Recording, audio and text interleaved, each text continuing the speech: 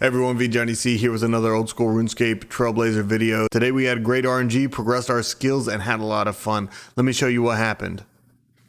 Welcome to day 2 Trailblazer League with Gielinor. So we made a lot of progress in day 1, mainly for skilling.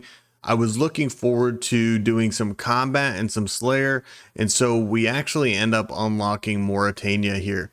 Now, there's a lot of good reasons to actually pick Mauritania, whether it's your first, second, or third pick. For me, looking forward to Slayer and doing some combat, I wanted Mauritania first. So we arrive in Canifis, teleporting here, and I'm looking at my combat stats thinking, I need to get this up if I'm going to do Slayer. So we hit up the Chaos Druids on top of the Slept Church, killing them for herbs. We're getting some defense levels, some attack and strength levels, and that way, depending on my first task, I'll actually be able to accomplish it.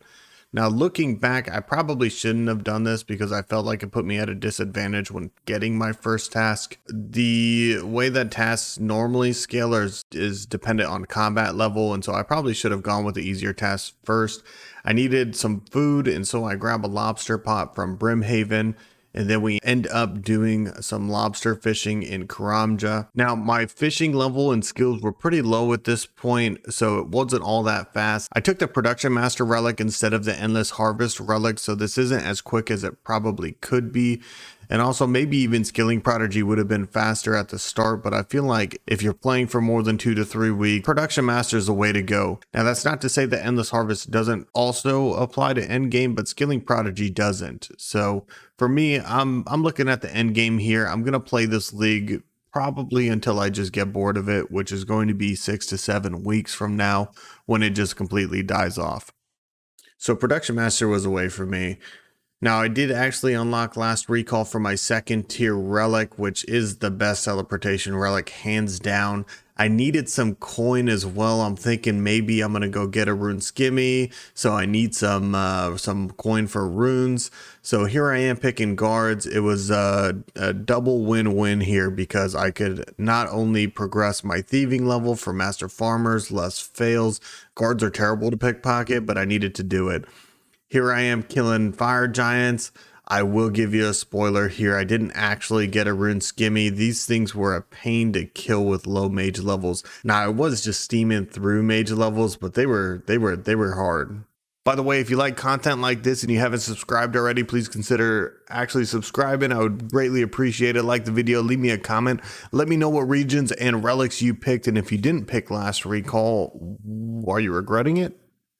So we did a little bit of farming. Now that we have Mauritania unlocked, we do have access to one allotment easily and mostly harmless as allotment, but I haven't started that one yet. I wanted to get to level 9, that way I can start planting guam herbs and get my herb lore up. I wasn't necessarily focusing on herb lore, but I did need to actually get it. I just didn't want to grind for secondaries right away. During this time, I was getting crafting supplies by cow hides. Then I went to Master Farmer so that I can actually get herb seeds and more advanced allotment seeds. Probably the quickest way to get it is by thieving Master Farmer, and that's why we were thieving guards before, along with the money.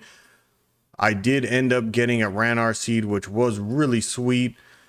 That was 50 points by itself, and then I got 750 total level. So I was unlocking some tasks and some relics and stuff. Excuse me, some league points and stuff along the way. Was pretty excited about that. I needed to smith some bronze arrowheads. I did mine the copper, mine the tin, made the bars, and we made some arrowheads here. Now, after all of that grinding, all the tasks knocked out, all the league points gained, I went ahead and actually picked melee strikes. I was kind of concerned with how I would do against vampires here because I only had an Addy sword. So after all my training and everything, even with melee strikes, it wasn't that bad. I was still taking quite a bit of damage, but I wanted to knock out this vampire slash task. I had about 123 of them. So I went to experiments. I wanted to train up some attack and strength that way I could actually hit them, even with the bonus accuracy from the fluid strikes, I believe it's called. And the bonus accuracy wasn't that good, at least at the early levels. It'll scale great into late game, but at the start, with my Addy sword, it wasn't anything spectacular. So we went to experiments. We got ourselves decent combat. We then moved on to big bones from hill giants. We wanted to get overheads, and to do that, you need 43 prayer. On my second kill, I actually got a Giant's Key, so that unlocks Obor for us, and with that, his great loot table. So I did want to do that. First things first, we're getting 43 prayer. We use our last recall, go to the Ectofungus, just dump hundreds of big bones, get ourselves our prayer level. And things are looking pretty good now. We're pretty strong, getting overheads. We go actually fight Obor. Now we're still, high 50s, mid 50s attack strength defense there. And Obor is just pounding us. We run out of prayer. We don't have prayer pots. We're running out of food. He's so close. But melee strikes might just clutch it for us. And here it is. Give me something good. Give me something good. Rune 2H? Hell yeah. Now you got to think at this point, I'm super stoked. We just got 50 points for defeating Obor. We got a Rune 2H. Let's check it out and see what the melee relic actually does with the halved speed. So it's pretty insanely fast. Can you imagine actually PKing this and with this in free to play? Like, this is insane. I'm shanking these hill giants. Now the Rune 2H is a 3-tick weapon when used with the melee relic in Trailblazer League, but the Rune Sword would be a 2-tick weapon, and so we did have to alch the Rune 2H. It was a huge achievement, got me a lot of gold, but the Rune Sword being 20k and the Rune 2H alching for just under 40k was huge. We did our beginner clue scroll from Obor. We actually got mole slippers from that, which is a 10-point task. Get a unique from the beginner clue scroll. I thought I was going to have to grind these for quite a while.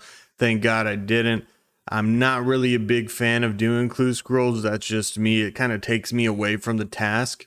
Now that we have the Rune Sword, though, I do feel confident that we can just slay these vampires, get some decent Slayer XP from them. I had 123 at the start. We ended up with just about 40k Slayer XP from this.